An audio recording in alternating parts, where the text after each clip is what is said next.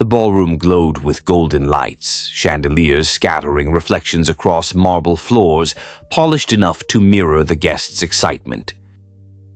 Tonight was the annual corporate gala, the night where old deals rekindled, new faces appeared, and egos soared higher than the ceiling itself. I was never fascinated by such events, but as a silent partner of the company, my presence mattered more than my preference. After all, image was everything in this industry. People respected what they believed was a hierarchy, unaware that the real hierarchy stayed hidden behind contracts, shares, and signatures they never saw. I arrived without an entourage, without a fancy introduction, without the kind of energy that screamed executive. That was intentional. The power of being invisible was underrated until someone abused that invisibility.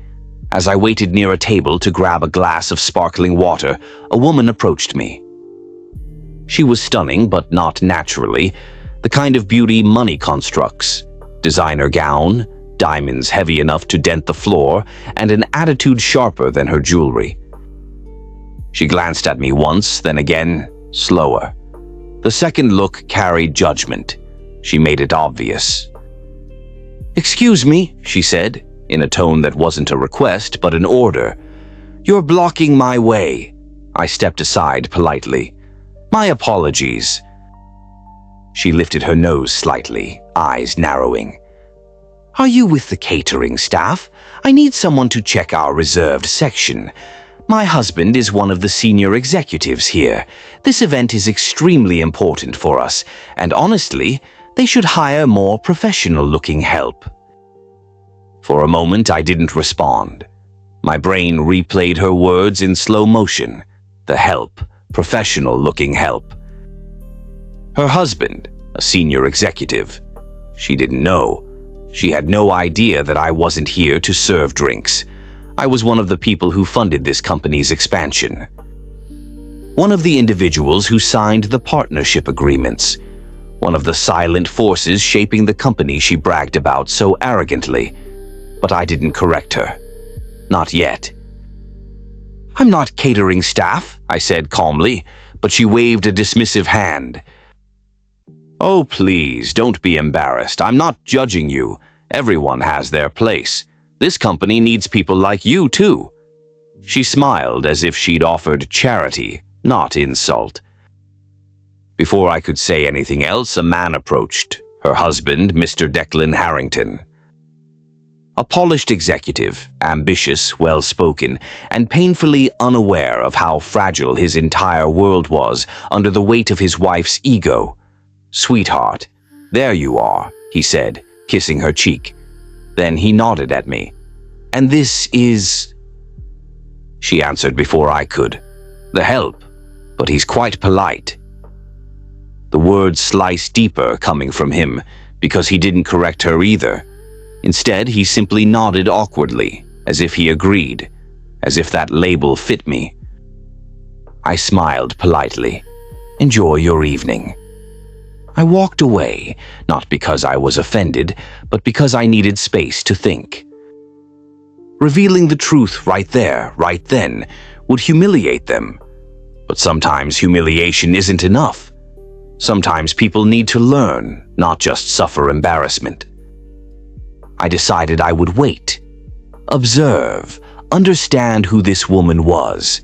Understand why her arrogance felt like a ticking bomb, ready to sabotage not just reputations, but business. The rest of the night, she continued making comments. About guests, about staff, about people she believed were beneath her.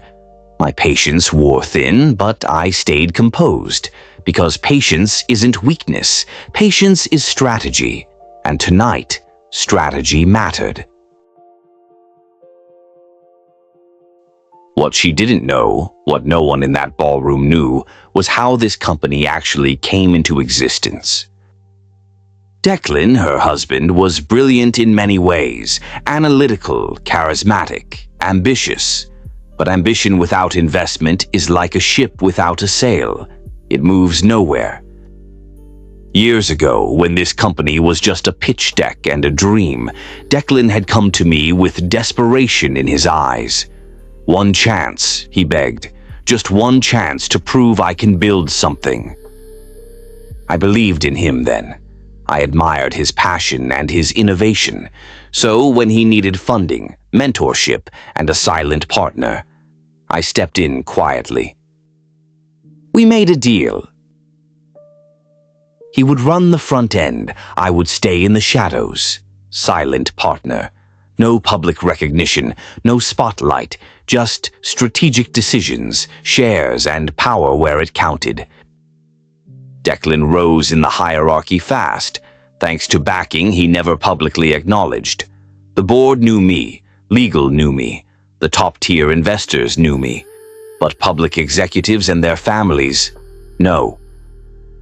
And that anonymity worked perfectly, until it didn't. Because his wife's arrogance wasn't just harmless snobbery, it was dangerous. People like her topple systems without realizing it. They create hostility, burn bridges, damage workplace culture, and tie reputations to their impulsive cruelty. As the gala progressed, I watched how she interacted with others. A young intern accidentally bumped her wrist while carrying a tray. She hissed, "Do you people not look where you're going? Honestly, this staff is useless." Do you people? Useless. Two words that reveal more about a person than 100 compliments. I kept observing, not because her insults affected me personally, but because this woman represented Declan's public image, which affected the company's image, which affected my investment. Later in the night, I stepped out onto the terrace to get air, and that's when one of the senior board members approached me. "Are you okay?" he asked knowingly. "I'm fine," I said, "but we have a problem." He sighed. "Her. Exactly her." He nodded. "She's been doing this for months, talking down to employees, showing up at offices, treating people like dirt. Declan tries to hide it, but the complaints have been rising. So why hasn't the board acted?" I asked. "Because her behavior doesn't violate company policy," he shrugged. "But if she influences public events, sponsorship deals, or corporate relationships, we're in trouble." That confirmed my suspicion. This wasn't personal anymore. This was business. And business, that was my domain. When I returned inside, I found her again. She was telling a group of people how demanding her life was being the wife of a high-level executive. "Declan works day and night," she said proudly. "Sometimes I think I should be on the payroll." Her friends giggled. One of them asked, "So who actually built the company? Your husband must have incredible leadership skills." She smiled arrogantly. "Of course. Without Declan, this company would collapse. People like him are the backbone of everything here." People like him. Not once did she acknowledge the silent forces, the investors, the strategists, the ones who actually built the backbone she bragged about. And then it happened again. She caught my eye across the room and waved me over like summoning staff. "You," she called sharply, "can you get me another drink?"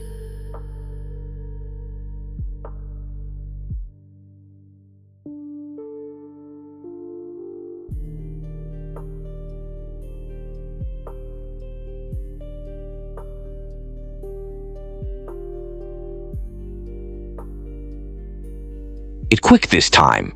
That was it. Enough. Humility is admirable. Silence is powerful.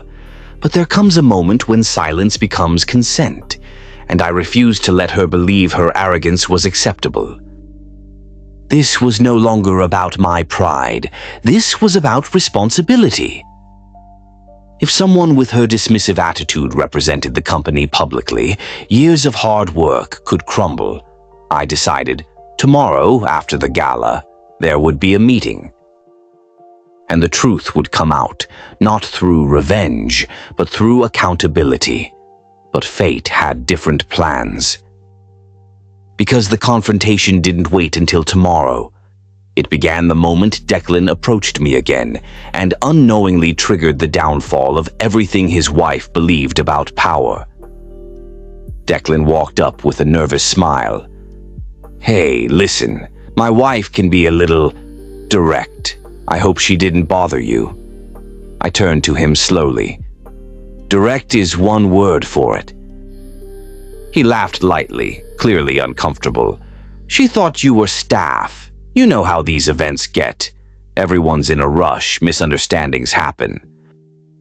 "Declan," I said quietly, "a misunderstanding happens once, but what she's been doing all night is a pattern." He swallowed, glancing around to make sure no one was listening. "Please don't take it personally. She doesn't understand the corporate environment like we do."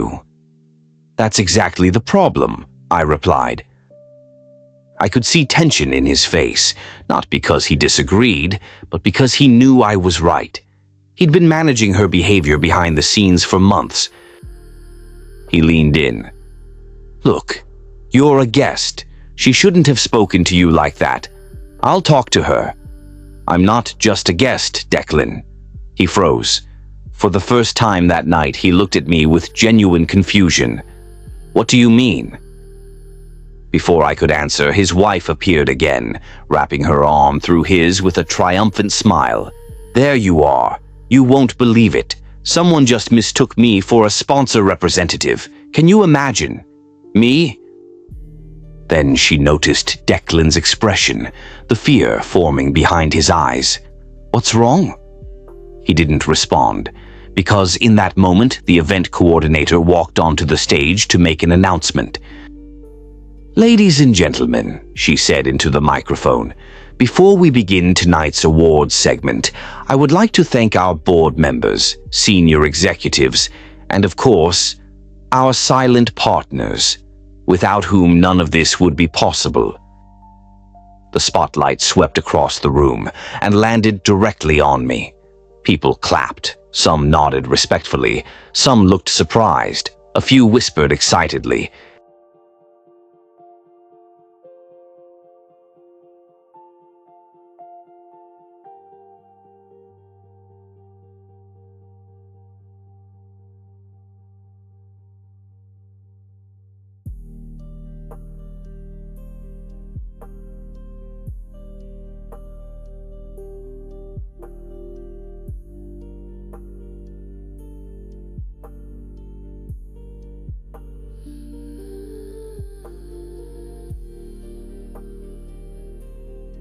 But one face, one beautifully stunned, speechless face, turned pale, her lips parted slightly. Her eyes flicked between me, the spotlight, and her husband. Realization struck her like lightning. She stepped closer to Declan. "Silent partner? Him?" Declan didn't answer. His silence was confirmation enough. Her voice dropped to a whisper that shook. "You mean to tell me that the man I've been talking down to all night, the man I ordered around, is your superior?" "Not just my superior," he said quietly. "One of the owners." Her hand slipped from his arm. Everything she believed about power, class, hierarchy, shattered. She looked like she'd been stripped of her armor, standing exposed in front of hundreds of people who now recognized exactly what had happened. The event coordinator continued speaking, but her words faded into the background. The room didn't matter anymore. Only the three of us did. She swallowed hard and approached me.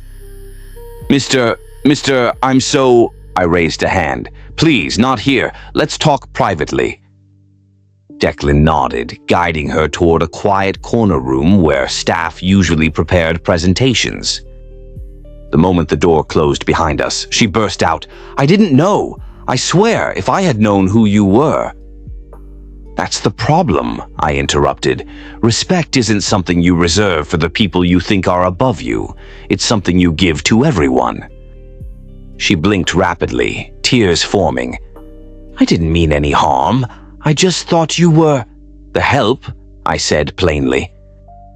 She winced. You thought I was beneath you, and that gave you permission to mistreat me. She looked down. I'm ashamed. Declan finally spoke. I warned you about how you treat people. I told you it could hurt my reputation, our reputation, and you didn't listen. She turned to him, trembling. I didn't realize.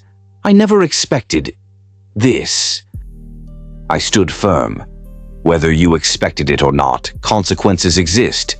We built a company on values, professionalism, respect, integrity, and your behavior threatens all of it. What? What happens now? She whispered. That depends, I said, on whether you're willing to change or whether you continue believing the world revolves around your last name. Her tears fell freely now. I'll do anything. Please, I don't want to ruin Declan's career. I exchanged a long look with Declan. He looked broken, torn between love and responsibility. This isn't about punishing you, I said. It's about protecting the company and your husband's future. There will be changes.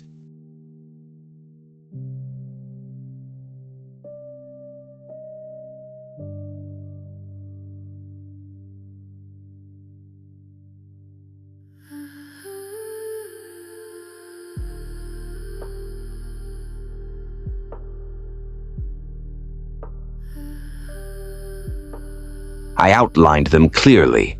1. She would undergo professional behavioral training. 2. She would stay away from corporate events until approved.